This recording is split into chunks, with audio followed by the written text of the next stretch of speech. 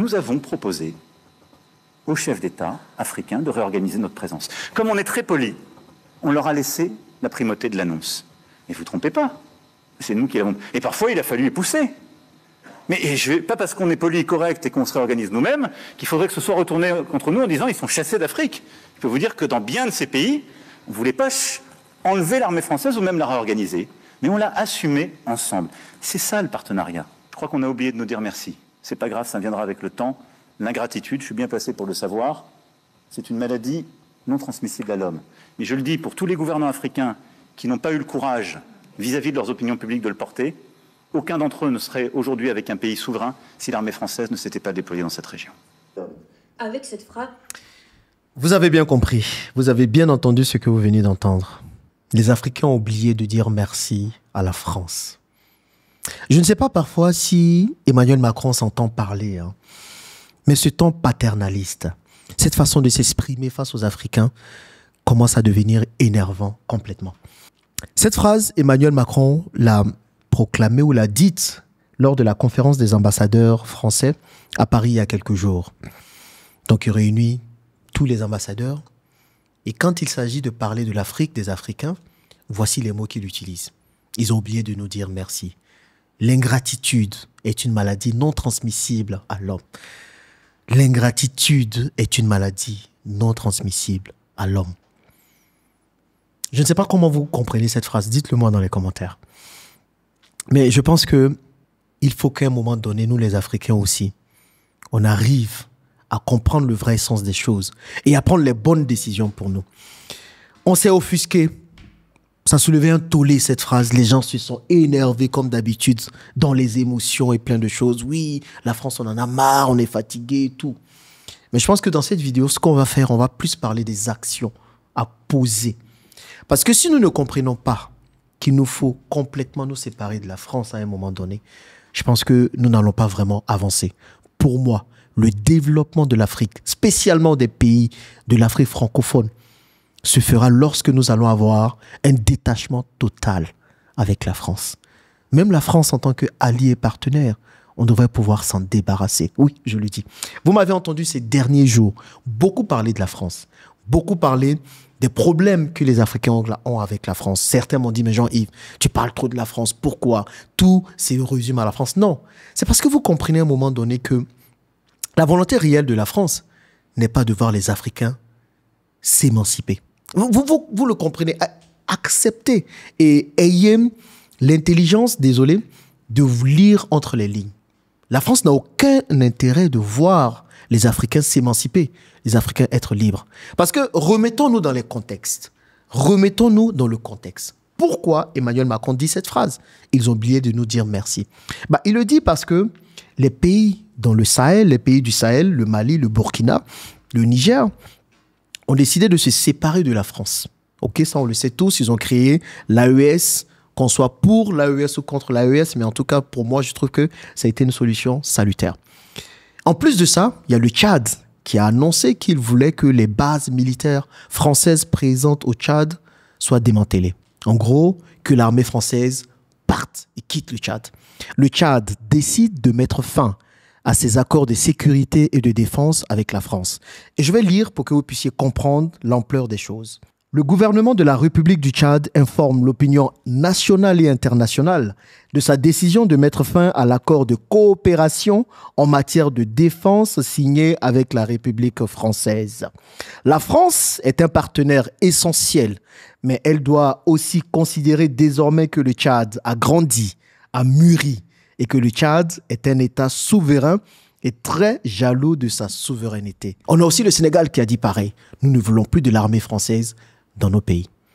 Et Emmanuel Macron vient dire, vous avez oublié de nous dire merci. Comment, après tout ce que la France a fait pour l'Afrique, vous venez dire aujourd'hui que vous ne voulez plus de la base militaire française. Vous venez dire aujourd'hui que vous ne voulez plus des Français chez vous. C'est un peu comme si le voleur qui vous a volé pendant des années, qui vous a pillé pendant des décennies, qui vous a tué pendant des millénaires, j'ai envie de dire, vient vous voir et puis vous dit, mais je vous ai volé pendant tout ce temps, mais vous devrez me dire merci, parce que je vous ai délivré de vos biens. En fait, je ne sais pas si vous voyez le niveau de sadisme. C'est qu'il y a un certain plaisir à faire souffrir les Africains.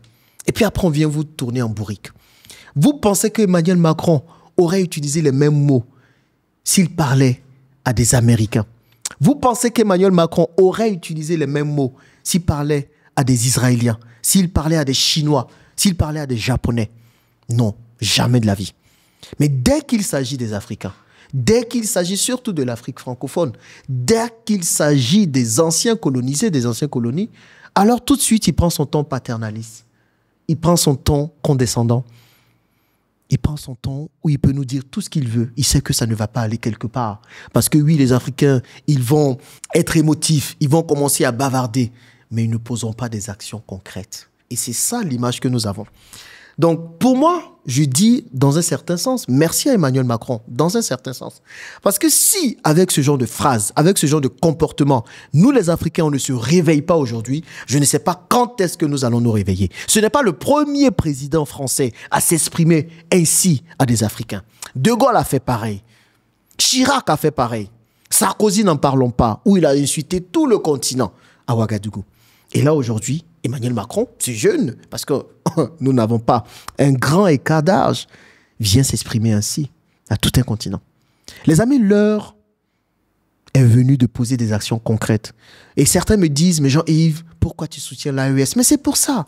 Parce que le respect s'arrache, les amis. Si nous ne comprenons pas qu'il nous faut nous séparer de la France à un moment donné, de force ou de gré, pour nous émanciper, alors les amis, nous allons toujours rester dans des pièces où on va parler de nous comme ça.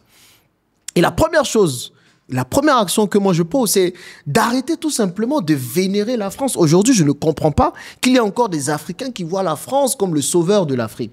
Aujourd'hui, quand nous parlons de la France, oui, la France est bien, la France est ci. Aujourd'hui, il y a encore des personnes qui rêvent d'aller en France parce que pour eux, la France est l'Eldorado. Le même pays qui vous traite avec dédain.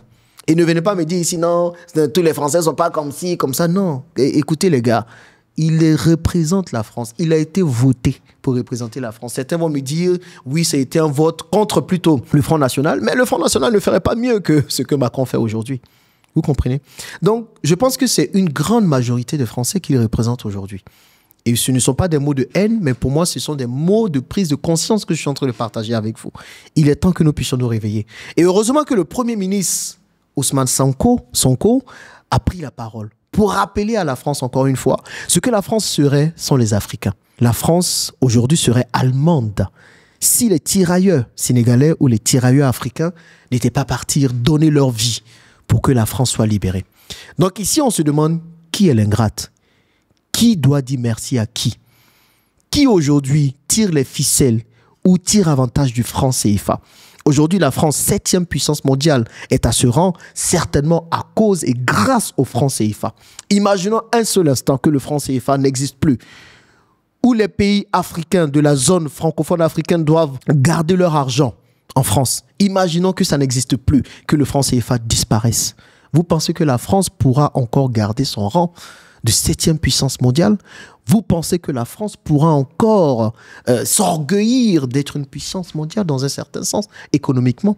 Qui doit remercier qui ici? C'est à la France de nous remercier d'avoir accepté de lui donner nos matières premières pendant tant d'années, de nous respecter, d'avoir accepté de la laisser fixer les prix de nos matières premières, de nous remercier d'avoir accepté de les laisser nous coloniser et de finalement toujours piller nos richesses grâce à ce qu'on appelle le franc CFA. Mais ce n'est pas seul de la faute de la France. On a aussi nos dirigeants qui aussi jouent leur rôle. Vous comprenez? Donc nous devons poser les bonnes actions aujourd'hui au lieu de pleurer pour que finalement la France puisse nous respecter. Aujourd'hui, nous sommes en train de parler d'un monde multipolaire où nous avons la Russie, où nous avons l'Inde, où nous avons la Chine qui ne commencent pas, mais qui le font déjà depuis un certain temps, qui veulent travailler avec l'Afrique. Et je pense que nous devons être assez courageux pour décider aussi de travailler avec d'autres partenaires, pour décider avec qui nous avons envie de signer des pactes ou des accords militaires. Parce que la France, grâce ou avec ses bases militaires, a été plus un poison pour l'Afrique, plus qu'un vaccin. Et je pense qu'il faut avoir le courage de le dire. Donc, quand Emmanuel Macron vient et qu'il s'exprime comme ça, j'ai envie de dire, je ne sais même pas s'il faut qu'on soit fâché, qu'on s'énerve. Je pense que ça nous montre encore une fois que la France ne changera jamais. Peu importe le dirigeant français qui sera au pouvoir, il fera toujours l'affaire de la France. Parce que certains se disaient à un moment donné, oui, Emmanuel Macron est jeune, il veut arrêter avec la France-Afrique. On se rappelle encore quand Emmanuel Macron organisait une rencontre avec les jeunes Africains à Paris, où les Africains pouvaient lui parler librement. On se disait qu'un nouveau vent allait commencer à souffler et que les choses allaient changer. Mais force est de constater que les choses ne changeront jamais. Donc c'est à nous de nous affirmer. C'est à nous de nous détacher de la France.